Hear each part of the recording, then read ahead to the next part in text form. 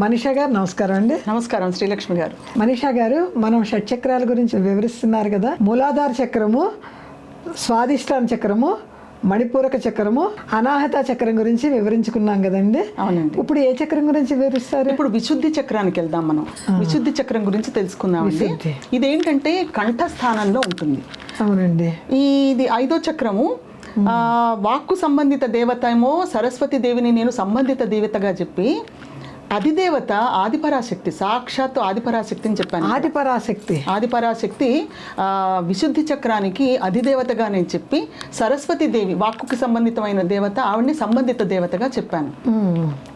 ఈ చక్రం యొక్క బీజ మంత్రం గమ్ ఫ్రామ్ ఉన్నాయి కానీ హమ్ ముఖ్యమైన బీజ మంత్రం అన్నమాట. సంబంధిత గ్రహం బుధ గ్రహం అండి. బుధ గ్రహం. తత్వం ఏంటంటే పంచభూతాలలోని ఆకాశతత్వం. దీనికి ఆకాశతత్వం.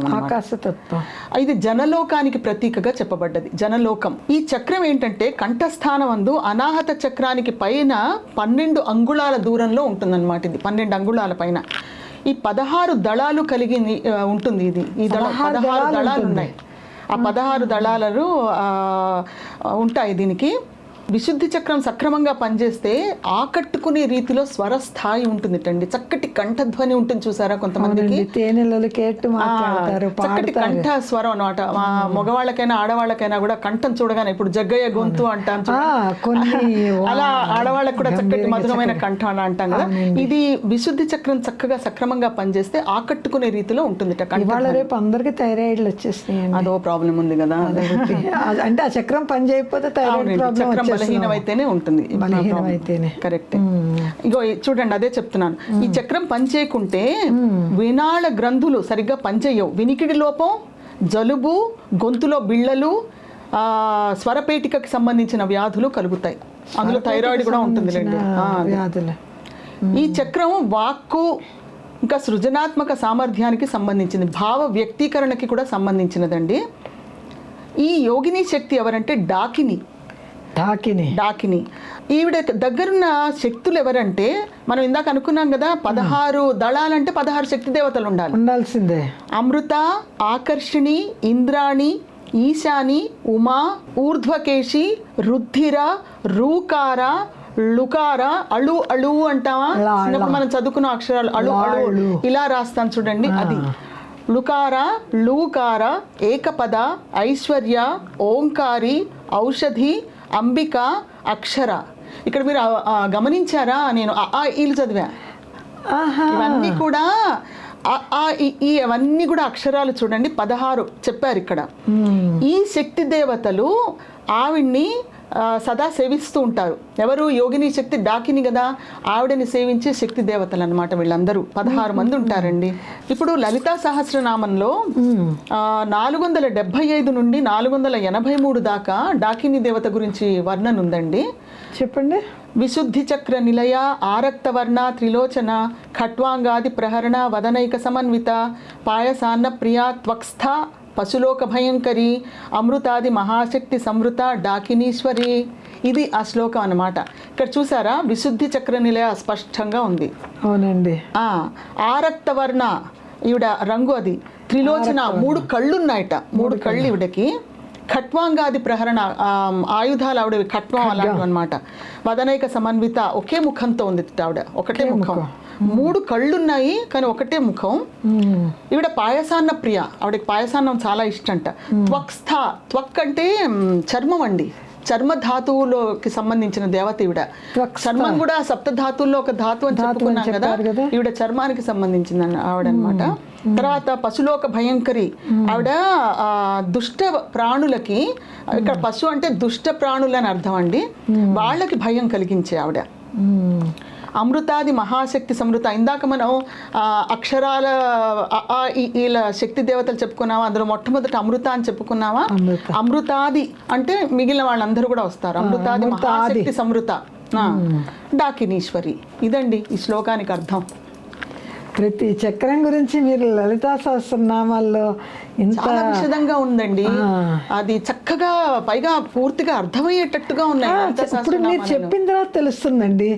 ఎప్పటి నుంచో లలిత సహస్రనామాలు చదువుతున్నాం, కానీ ఈ చక్రానికి ఇలా ముడిపడి ఉన్నది అన్నది మీరు వివరించినప్పుడు నిజమే కదా అనిపిస్తుంది. పైగా యోగిని శక్తికి ఆవిడ ఎలా ఉంటారు, ఢాకినేశ్వరి యోగి అన్ని ప్రతి పదము వచ్చేస్తుందండి, అన్ని చక్కగా అర్థమవుతున్నాయి. ఆవిడకి ఏ నైవేద్యం ఇష్టమో కూడా చెప్తున్నారు అక్కడ, అంత బాగా. వసిన్యాది దేవతలు రాసింది కదండి, మరి వాళ్ళకి యోగిని దేవతల గురించి పూర్తిగా తెలుసు కదా, అలా అనమాట. ఆది పరాశక్తి గురించే తెలిసినప్పుడు ఇలా అందరూ యోగినీల గురించి తెలుస్తాయి, అన్ని తెలుస్తాయి కదండి. ఆనంద లహర్లో శంకరాచార్యుడు ఏం చెప్పాడు చూద్దామండి. విశుద్ధౌ తే శుద్ధ స్ఫటిక విశదం వ్యోమజనకం శివం సేవే దేవీమపి శివ సమాన వ్యవసిస్తాం యయోహో కాంత్యా యాంత్యా శశికిరణ సారూప్య సరణే విధూతాం తద్వాంత విలసతి చకోరీవ జగతి. విశుద్ధి చక్రమున శుద్ధమైన స్ఫటిక మణివలే నిర్మలమైనది, ఆకాశ ఉత్పత్తికి హేతువైనది వ్యోమజనకం అన్నాడు. అయిన శివతత్వమును, శివునితో సమానమైన కార్యములు, త్రిలోకములందు కలదైన భగవతిని నిన్ను ఉపాసించెదను. చంద్రుని కిరణముల పానము చేసి సంతుష్టి చెందిన ఆడ చకోర పక్షి వలె శివా శివుల నుండి వచ్చు చంద్ర కిరణ సమానమగు రూపము కలదైన కాంతి వలన చీకటి తొలగి ప్రకాశము కలిగి సాధకలోకము సంతుష్టమగుచున్నది. అది ఆయన రాసిందనమాట. ఏంటంటే ఇక్కడ కూడా శివులు మళ్ళా ఇద్దరు వచ్చారు శివశక్తులు. వాళ్ళ నుంచి వచ్చే చంద్రకిరణ సమానమగు రూపము కలదైన కాంతి వలన చీకటి తొలగి ప్రకాశం కలిగి సాధక లోకం అంతా కూడా సంతుష్టమవుతోందిట. ఈ దేవత అన్నాను ఆది పరాశక్తి కదా, ఆవిడ గురించి నేను రాసినది ఏంటంటేనండి, ఆది పరాశక్తి వివరణ ఇచ్చాక ఆవిడ బిందు రూపంలో ఉంటారండి. ఆవిడ నేను ఇక్కడ శాక్తేయం గురించి కాస్త చెప్పాను. అంటే అమ్మవారి నుంచే, స్త్రీ నుంచే సృష్టి జరుగుతుంది, ఆవిడే జన్మనిస్తుంది, ఆవిడే మొత్తం అంతా కూడా సృష్టించగలదు అని చెప్తూ ఆది పరాశక్తే కదా, జగన్మాతే కదా, ఆవిడ గురించి వివరించి మొత్తము ఆది పరాశక్తి ప్రార్థన చెప్పాక మణిద్వీప వర్ణన చెప్పాను. తర్వాత శ్రీదేవి ఖడ్గమాలా స్తోత్రం, లలితా మహాత్రిపుర సుందరి యొక్క పంచరత్నం, సహస్రనామ స్తోత్రం, త్రిపుర సుందరి అష్టకం, త్రిపుర సుందరి నవరత్న మాలిక, కళ్యాణ వృష్టి స్తవం, సౌందర్యలహరి, ఇవన్నీ చెప్పాను. తర్వాత బాలా త్రిపుర సుందరి చెప్పాను. తర్వాత ఆవిడ స్తోత్రాలన్నీ అష్టకం, శతనామ స్తోత్రం, బాలముక్తావళి స్తోత్రం చెప్పాక శ్రీ రాజరాజేశ్వరి ఆవిడ స్తోత్రాలన్నీ వచ్చాయి. రాజరాజేశ్వరి దేవి స్తోత్రం కూడా చదువుకోవచ్చు. రాజరాజేశ్వరి అష్టకం చదవచ్చు. మంత్ర మాతృక పుష్పమాలా స్తవ, భవాని అష్టకం, భవాని భుజంగ ప్రయాత స్తోత్రం, దేవి భుజంగ స్తోత్రం, దేవి ప్రణవ శ్లోకి స్తుతి, దేవి దశ శ్లోకి అంటాం. తర్వాత దుర్గాదేవిది రాశాను, దుర్గా సూక్తం చదువుకోవచ్చు, సప్తశ్లోకి, దుర్గాష్టకం, దుర్గా ద్వాత్రింశ నామావళి, ఇంకా అద్భుతం, మొత్తం చాలా ఉన్నాయండి దుర్గాదేవి గురించి కూడాను. దుర్గా మహత్యం, అర్గళ స్తోత్రం, దేవి సూక్తం, నవదుర్గలు, తర్వాత మహిషాసుర మర్దిని ఆవిడ స్తోత్రం, మీనాక్షి స్తోత్రం, మీనాక్షి పంచరత్నం. చూడండి ఎంత మంది దేవతలు ఉన్నారు చక్కగా. ఆది పరాశక్తులు అందరూ మూకాంబిక పంచరత్న స్తోత్రం, మూకాంబిక అష్టకం. తర్వాత సప్త మాతృకలండి. ఇక్కడ నాకు శ్లోకాలు దొరకవా అనుకున్నాను, దశమహావిద్యల గురించి కూడా అనుకున్నాను, కానీ దొరికాయి.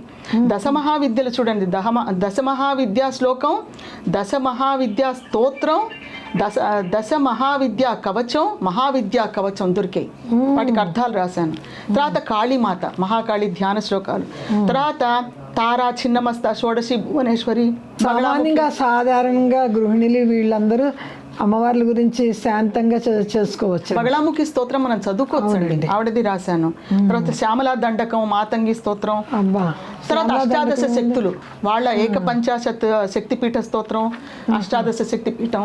తర్వాత అష్టాదశ శక్తులు వాళ్ళందరూ మొత్తం అందరు దేవతల గురించి వాళ్ళ స్తోత్రాలు అవన్నీ రాశాను. చాలా చదువుకోవచ్చు, ఎవరికి సులువైంది వాళ్ళు చదువుకోవచ్చు. తర్వాత సరస్వతీదేవి సంబంధిత దేవత అన్నాను కదా, వాక్కి ఆవిడ స్తోత్రాలన్నీ రాశాను. అందులో సరస్వతి అష్టకము, శారదా ప్రార్థన, సరస్వతి అష్టోత్తర శతనామ స్తోత్రం, శారదా భుజంగ ప్రయాతాష్టకం, నీల సరస్వతి స్తోత్రం, సరస్వతి కవచం, ఇవన్నీ రాశాను అనమాట. సో ఇవన్నీ చదువుకోవచ్చండి చక్కగాను. ఏది మనకి ఎంత కుదిరితే, మనకి ఏది సులువైతే అది చక్కగా చదువుకోవచ్చు. అసలు లలితా సహస్రనామం చదివితే అన్ని షట్చక్రాలు అది జాగృతమే అయిపోతాయి. అంతేనండి. అందుకేగా మనందరం లలితా సహస్రనామ స్తోత్రం అందరం గ్రూప్ లాగా ఒక సామూహికంగా చదువుకుంటూ ఉంటాం. అది చక్కగా చదువుకుంటే అర్థం కూడా తెలుసుకొని చదువుకుంటే ఇంకా మంచిది. ఇప్పుడు మీరు ఇంత వివరంగా చెప్తాం వల్ల అవి చదివేటప్పుడు ఆ చక్రం గురించి మనం శ్లోకం రాగానే మనకి తెలుసు ఏ చక్రం జాగృతం అవుతుంది అన్నది వివరంగా తెలిసిపోతూ ఉంటుంది. చాలా సంతోషం. విశుద్ధి చక్రం గురించి వివరణ. విశుద్ధి చక్రం గురించి చాలా బాగా వివరించారు. శ్రీమాత్రే నమః. శ్రీమాత్రే నమః.